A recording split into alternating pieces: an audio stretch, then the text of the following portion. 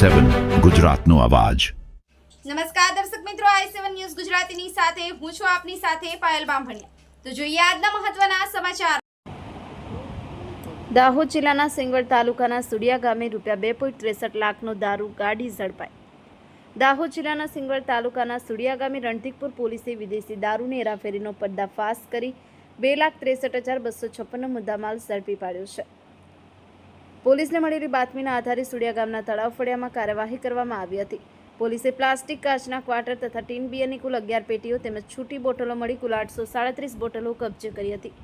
દારૂનો કુલ જથ્થો 229 લીટર 380 મિલી હોવાનું સામે આવ્યું છે, જેની કિંમત ₹1,13,256 આંકવામાં આવી છે।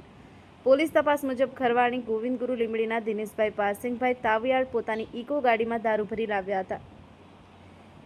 સુડિયા તળાવ ફળિયામાં ચેતનભાઈ સુરપાળભાઈ નિસરતાના ઘર પાસે તથા તેમના ખેતરમાં દારૂની પેટીઓ ઉતારવામાં આવી હતી। પોલીસે ચેતનભાઈની ઝડપી પાડ્યા છે, જ્યારે દિનેશભાઈ તાવિયાળ ગાડી મૂકી ફરાર થઈ ગયા હતા। રણધીકપુર પોલીસે દારૂ ઉપરાંત 1,50,000ની ઇકો ગાડી પણ જપ્ત કરી છે। પોલીસે કુલ 2,63,256નો મુદ્દામાલ કબજે કર્યો છે। બંને આરોપીઓ વિરુદ્ધ પ્રોહિબિશન એક્ટ હેઠળ ગુનો નોંધી વધુ તપાસ હાથ ધરવામાં આવી છે। Nilesh Vasaiya, i7 news Gujarati, Singvad.